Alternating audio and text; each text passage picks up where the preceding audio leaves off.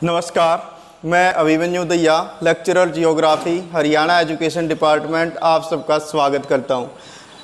प्यारे विद्यार्थियों, आज हम वायुमंडल का संगठन और संरचना अध्याय से पार्ट 2, जिसका शीर्षक रहेगा वायुमंडल की संरचना, इसका अध्ययन करेंगे, यानी एटमॉस्फेयर स्ट्रक्चर। इसके अंतर्गत आज हम आप सबको वायुमंडल की संरचना और वायुमंडल के अंदर पाई जाने वाली विभिन्न परतों का क्या महत्व है, इससे अवगत कराएंगे। प्यारे विद्यार्थियों, जैसा कि आप पहले से जानते हैं, वायुमंडल हमारी पृथ्वी के चारों ओर पाए जाने वाला गैसों का आवरण होता है। इसकी संरचना जो है इस प्रकार से है। पृथ्वी के चारों ओर अनेक परतें पाई जाती हैं, जिसमें सबसे पहले है ट्रोपोस्फियर, फिर स्ट्रेटोस्फियर, मेसोस्फियर, थर्मोस्फियर और एक्सोस्फियर। ये सभी परतें विभिन्न तापमान और घनत्व के आधार पर अलग अलग कंडीशंस की होती हैं। जैसा कि हम सब जानते हैं कि पृथ्वी की सतह के पास वायुमंडल में वायु अधिक सघन होती है। ऊंचाई बढ़ने के साथ साथ इसमें सघनता कम होती चली जाती है। क्योंकि जो गुरुत्वाकर्षण बल है वो पृथ्वी के धरातल के आसपास ज़्यादा लगता है, इसलिए यहाँ पर जो गैसें हैं और धूलकण हैं वो सारे ज़्यादा कॉम्पैक्ट रहते हैं, ज़्यादा डेनिस रहते हैं। ऊंचाई बढ़ने के साथ साथ वायु फैलती है, जिसके कारण से इनका घनत्व कम हो जाता है। ये आप देख पा रहे हैं कि तापमान की स्थिति के अनुसार वायुमंडल में ये प्रमुख 5 परतें मिलती हैं, जिसमें अक्षोभ मंडल, समताप मंडल, मध्य मंडल, बाह्य मंडल और बहिर्मंडल प्रमुख हैं। सबसे पहले हम अध्ययन करेंगे अक्षोभ मंडल यानी ट्रोपोस्फियर का। ट्रोपोस्फियर जो है वातावरण की, वायुमंडल के अंदर सबसे नीचे वाली परत होती है, जो बिल्कुल पृथ्वी से सटी होती है। इसकी ऊंचाई जो है भूमध्य रेखा पर 18 किलोमीटर तथा ध्रुवों पर 8 किलोमीटर होती है। इसके पीछे कारण क्या है कि हमारी पृथ्वी भूमध्य रेखा के पास ज़्यादा तेजी से घूमती है। इस कारण से यहाँ पर अपकेंद्रीय बल लगता है।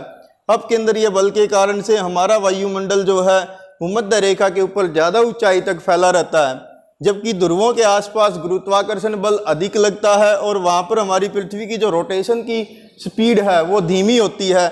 इसीलिए यहाँ पर जो है इसकी ऊंचाई मात्र 8 किलोमीटर रहती है, जबकि जो ट्रोपोस्फियर है इसकी एवरेज हाइट अगर देखें तो वो लगभग 13 किलोमीटर है। वायुमंडल के अंदर होने वाली सभी प्रकार की वायुमंडलीय घटनाएं, जैसे बादलों का बनना, वर्षा का होना, ओस का गिरना, आंधी तूफान आना, ये सारी की सारी जो वेदर से रिलेटेड इवेंट्स हैं, ये अक्षोभ मंडल के अंदर यानी ट्रोपोस्फियर के अंदर ही होती हैं। इसके साथ साथ अक्षोभ मंडल के अंदर जलवाष्प मिलते हैं और धूलकण मिलते हैं, जो विभिन्न प्रकार की वायुमंडलीय गतिविधियों को अंजाम देते हैं। जैसे आप देख रहे हैं, सुबह जब सूर्य उदय होता है तो आसमान में लालिमा छाती है। ये सब अक्षोभ मंडल के अंदर ही संभव है। इसमें एक कंडीशन और होती है कि अक्षोभ मंडल में जब हम धरातल से ऊंचाई की ओर जाते हैं तो प्रत्येक 165 मीटर की ऊंचाई पर 1 डिग्री सेल्सियस तापमान गिर जाता है। वो गिरने के पीछे कारण क्या है कि जैसे ऊंचाई पे जाते तो वायु फैलती है, फैलने के कारण उसकी सघनता कम होती है और वायु का जो तापमान है वो गिर जाता है, जिसे हम नॉर्मल लैप्स रेट यानी सामान्य ह्रास दर कहते हैं। इसके साथ साथ जो अक्षोभ मंडल है इसके अंदर धरातल से ऊंचाई की ओर सबवैनीय धाराएं चलती हैं, इसलिए अक्षोभ मंडल को सबवैन क्षेत्र भी कहते हैं। इसका सबसे ज़्यादा जो अनुभव है भूमध्य रेखीय क्षेत्रों में हम कर सकते हैं। अक्षोभ मंडल और समताप मंडल को अलग करने वाली जो अक्षोभ मंडल की ऊपरी सीमा है उसे हम अक्षोभ सीमा यानी ट्रोपोपोज कहते हैं। जैसा कि आप ये देख पा रहे हैं कि ये हमारी अर्थ है, इधर स्ट्रेटोस्फियर है, उसके बीच में एक पतली सी लेयर है जिसे हम ट्रोपोपोज कहते हैं। यह लगभग 1.5 से 2 किलोमीटर मोटी परत होती है। इसे मौसमी परिवर्तनों की छत भी कहा जाता है, क्योंकि इससे ऊपर जब स्ट्रेटोस्फियर होता है उसमें किसी भी प्रकार की मौसमी घटनाएं नहीं होती हैं। अक्षोभ सीमा के अंदर जो सबवैनीय धाराएं हैं वो चलना बंद कर देती हैं। नेक्स्ट हमारी जो लेयर है वातावरण के अंदर वायुमंडल में वो है समताप मंडल। जैसा कि नाम से पता चल रहा है, यह दो शब्दों से मिलकर बना है, यानी समताप जिसमें तापमान बराबर रहता है। अक्षोभ मंडल में जो प्रत्येक 165 मीटर की ऊंचाई पर 1 डिग्री सेल्सियस तापमान गिर जाता है, वो यहाँ पर गिरना बंद हो जाता है, इसीलिए इस परत को समताप मंडल कहते हैं। समान तापमान के कारण यह परत जेट विमानों, जिनको हम फाइटर प्लेन कहते हैं, उनको उड़ाने के लिए सबसे आदर्श परत होती है, क्योंकि इसके अंदर वायुयानों को सबसे कम वायुमंडलीय प्रतिरोध को झेलना पड़ता है और वो आसानी से फ्लाइट कर पाते हैं।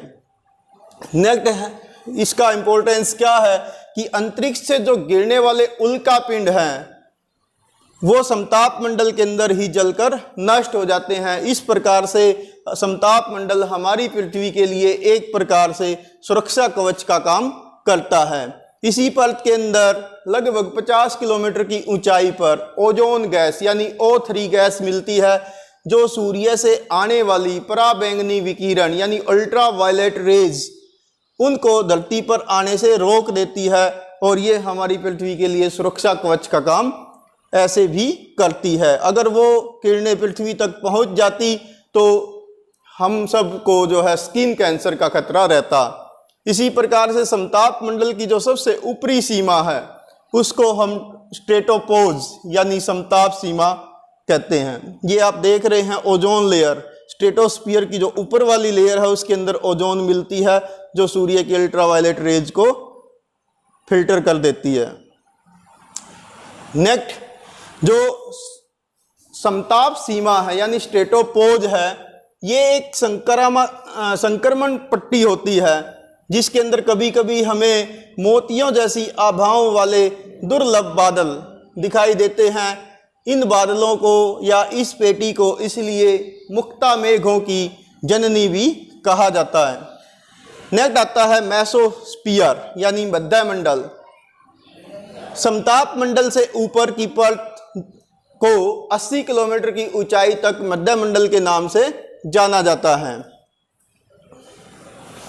मध्य मंडल में ऊंचाई के साथ साथ तापमान में कमी होने लगती है, और इस परत में 80 किलोमीटर की ऊंचाई पर पहुंचकर तापमान -100 डिग्री सेल्सियस तक गिर जाता है। इस परत में समस्त वायुमंडल का सबसे कम तापमान मिलता है। यह परत ग्रीष्म काल में मध्य अक्षांशीय जो प्रदेश होते हैं यानी मिड लैटिट्यूड के अंदर निशादीप्त जो रात को दिखाई देने वाले मेघ हैं वो यहाँ पर दिखाई देते हैं, जिनकी उत्पत्ति उल्काओं के विखंडन के कारण से होती है, जिनके चारों ओर वो छोटे छोटे हिमकण होते हैं, जो इनके नाभिकों के चारों ओर जो धूल के कण हैं उन नाभिकों के चारों ओर एकत्रित हो जाते हैं और ऐसे निशादीप्त मेघों का निर्माण करते हैं। नेक्स्ट, मध्य मंडल की जो ऊपरी सीमा है इसको मध्य सीमा यानी मेसोपोज के नाम से जाना जाता है, जो लगभग 80 से 100 किलोमीटर की ऊंचाई के आसपास होती है। नेक्स्ट आता है ताप मंडल यानी थर्मोस्फीयर, या इसे आयनोस्फीयर के नाम से भी जाना जाता है। यह आयन मंडल जो है मध्य मंडल की ऊपरी सीमा 80 किलोमीटर से ऊपर से लेकर लगभग 400 किलोमीटर की ऊंचाई तक मिलता है। इसके अंदर कई सारी लेयर्स होती हैं, जैसे इसमें एफ रीजन, ई रीजन, ये अलग अलग लेयर्स हैं जो आयन मंडल की ही परतें हैं। इसके अंदर एक खास बात क्या होती है कि यह विद्युत आवेशित कणों वाली परत होती है जो आयन कहलाते हैं, इसलिए यह वायुमंडल आयन मंडल भी कहलाता है। इन आयन्स का बहुत अधिक महत्व है हमारे लिए। जैसा कि आप ये यहाँ पर देख रहे हैं, ये जो आयन होते हैं ये चार्ज हो जाते हैं, जिसके कारण से ध्रुवीय क्षेत्रों में लगभग 100 किलोमीटर की ऊंचाई पर हमें ध्रुवीय ज्योति नजर आती हैं, एरोरा जिनको कहते हैं। वातावरण के अंदर ऐसे रंग बिरंगी आभाएं नजर आती हैं अलग अलग कलर की, कभी हरी, कभी रेड, कभी अल्ट्रावायलेट, मतलब बैंगनी कलर की जो है लेयर्स नजर आती हैं, जिनको चुंबकीय परत आप कह सकते हो। इसको ध्रुवीय ज्योति या अरोरा के नाम से मुख्य रूप से जाना जाता है। दूसरी सबसे प्रमुख खासियत क्या है इस परत की कि इसके अंदर पाए जाने वाले जो आयन हैं वो धरती से रेडियो और टेलीविज़न यानी संचार की जो किरणें होती हैं उनको ये तरंगें यहाँ से वापस धरती की ओर रिफ्लेक्ट हो जाती हैं, यानी आयंस के कारण से, आयन मंडल के कारण से धरती पर टेलीकम्युनिकेशन यानी रेडियो जैसी प्रसारण सेवाओं का संभव हो पाया है। नेक्स्ट है बहिर्मंडल, जिसे एक्सोस्फीयर बोलते हैं। यह वातावरण की सबसे बाहरी परत होती है और जिसकी अंतिम सीमा आज तक कोई भी वैज्ञानिक नहीं इसको एक्सप्लेन कर पाए हैं कि इसमें ये कहा जाता है कि ये वायुमंडल की सबसे बाहरी परत है जो सबसे ऊपर स्थित है। यह वायुमंडल का सबसे ऊंचा संस्तर होता है। इसके बारे में आजकल अभी तक जानकारियां बहुत ही कम हैं। इस संस्तर में मौजूद सभी घटक बहुत ही विरल होते हैं और अधिक ऊंचाई के कारण ये धीरे धीरे बाहरी अंतरिक्ष में मिल जाता है। तो प्यारे विद्यार्थियों, ये था वायुमंडल की संरचना से संबंधित आज का लेक्चर।